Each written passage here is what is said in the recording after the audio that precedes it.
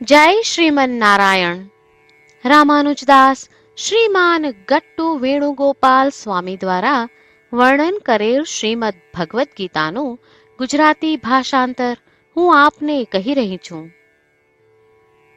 અધ્યાય 15 પુરુષોત્તમ પ્રાપ્તિ યોગ. શ્લોક 6.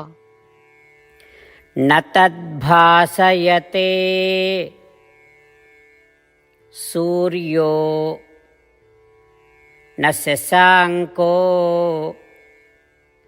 ન પાવકઃ યદ્ગત્વા ન નિવર્તન્તે તદ્ધામ પરમં મમ. ઓમ.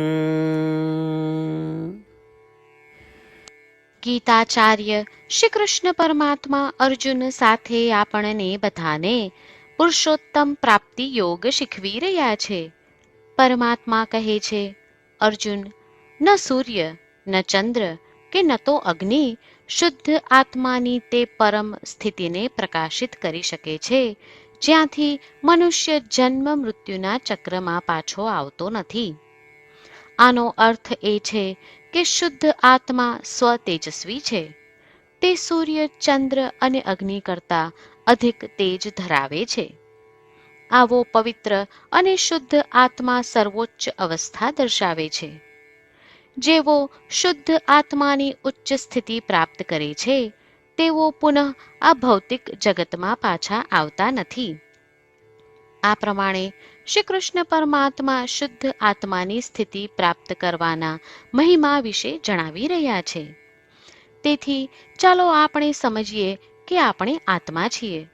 આપણે સ્વાભાવિક રૂપે અત્યંત તેજસ્વી છીએ અને આપણે આપણી શુદ્ધ સ્થિતિ પ્રાપ્ત કર્યા પછી આ ભૌતિક જગતમાં પુનઃ આવવાની આવશ્યકતા નથી.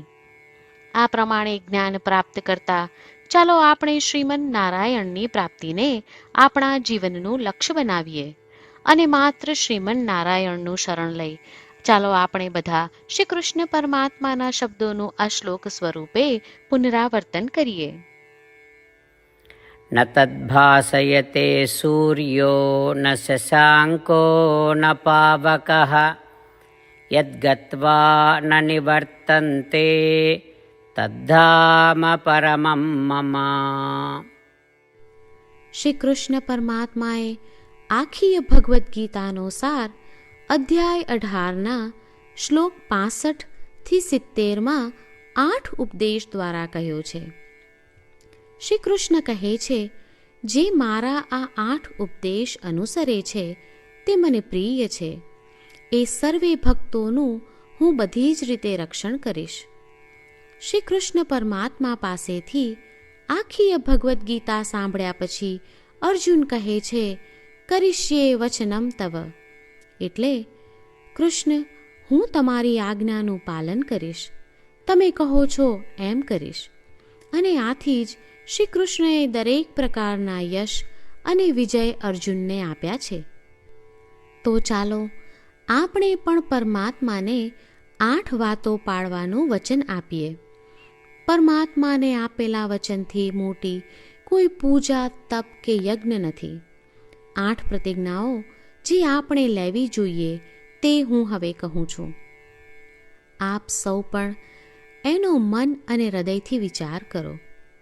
આ રીતે શ્રી કૃષ્ણને વચન આપતી વખતે આપણે સૌ શ્રી કૃષ્ણની હસતી મુખમુદ્રાનો મનમાં વિચાર કરીએ અને પરમ આનંદનો અનુભવ કરીએ. જય શ્રીમન નારાયણ. આપણા 8 વચનો આ પ્રમાણે છે. આપણું પહેલું વચન, હે શ્રીમન નારાયણ, તમારા ઉપદેશ પ્રમાણે હું હંમેશા તમારું ધ્યાન અને ચિંતન કરીશ. આપણું બીજું વચન, હે શ્રીમન નારાયણ, તમે કહ્યું છે તેમ હું સદાય તમારી ભક્ત રહીશ. આપણું ત્રીજું વચન, હે શ્રીમન નારાયણ, હું મારા કર્મો તમને સંતોષ થાય તેમ અને તમારી સેવા માટે કરીશ. આપણું ચોથું વચન. હે શ્રીમન્નારાયણ, તમે અનુસરવા કહ્યું છે તેમ મને પૂર્ણ શ્રદ્ધા છે કે હું તમારી છું. હું સદાય મારા હાથ જોડી તમને નમસ્કાર કરીશ, તમારી ભક્તિ કરીશ. આપણું પાંચમું વચન. હે શ્રીમન્નારાયણ, હું તમારા શબ્દો યાદ કરું છું. મામેકમ શરણમ વ્રજ.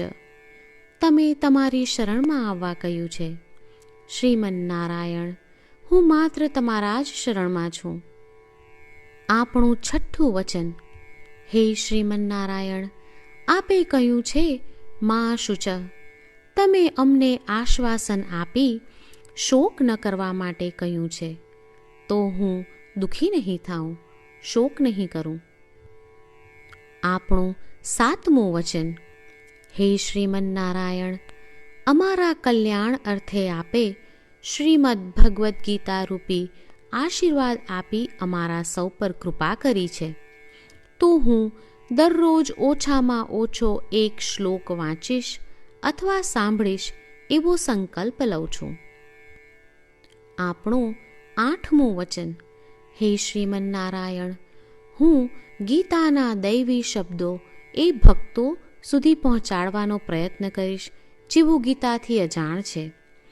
હે શ્રીમન્નારાયણ, તમે કહ્યું છે તેમ કરીશ, તમે કહ્યું છે એમ વર્તીશ અને તમારા માટે જ કર્મ કરીશ. શ્રીમન્નારાયણને આપેલું વચન કે દરરોજ તમે કહ્યું છે એમ કરીશું, એ જ એક મહાન પૂજા છે. તો ચાલો આપણે સૌ દ્રઢ શ્રદ્ધા સાથે પ્રભુ પાસે એક સંકલ્પ લઈએ.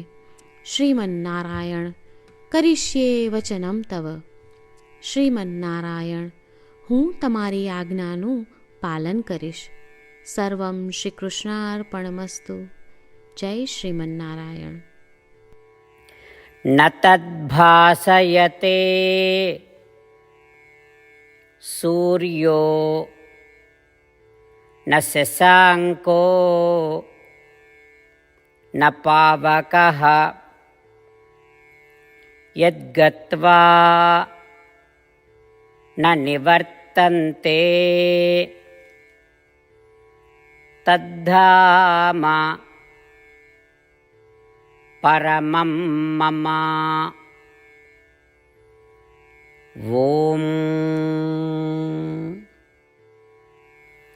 ન તદ્ભાસયતે સૂર્યો ન શશાંકો ન પાવકઃ યદ્ગત્વા ન નિવર્તન્તે તદ્ધામ પરમં મમ. જય શ્રીમન્નારાયણ. તમામ ભક્તોને ખાસ વિનંતી. આપણા જીવનની દરેક બાબતોમાં આપણે તાત્કાલિક અને અસરકારક પરિણામો ઈચ્છીએ છીએ. આ પ્રાપ્ત કરવા માટે ચાલો દરરોજ 1 મિનિટ ફાળવીએ અને નારાયણાસ્ત્રમ વાંચીએ. નારાયણાસ્ત્રમ મેળવવા માટે તેની વેબસાઇટ જે www.narayanaastram.org છે તેના પર જાઓ અને રજિસ્ટ્રેશનમાં તમારું નામ અને ઈમેલ આપો. તમે આપેલા ઈમેલ પર તમને નારાયણાસ્ત્રમ PDF પ્રાપ્ત થશે. પીડીએફમાં રામાયણનો 1 શ્લોક, ગીતાનો 1 શ્લોક અને એક વિષ્ણુ નામ છે. આ 3ને નારાયણાસ્ત્રમ કહેવામાં આવે છે. દરેક વ્યક્તિને આ શ્લોકોનું અલગ અલગ સંયોજન પ્રાપ્ત થાય છે. જ્યારે દરેક વ્યક્તિ 24,000 ભક્તો સાથે તેમના નારાયણાસ્ત્રમને દરરોજ વાંચે છે અથવા સાંભળે છે, ત્યારે સમગ્ર રામાયણનું 1 વાર પારાયણ, શ્રીમદ્ ભગવદ્ ગીતાનું 33 વાર પારાયણ અને વિષ્ણુ સહસ્ત્ર નામનું 24 વાર પારાયણ રોજ પૂર્ણ થાય છે. આ એક અદ્ભુત અને અસાધારણ પરિણામ છે.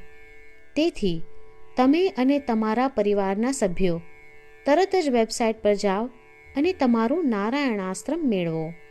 જય શ્રીમન્નારાયણ.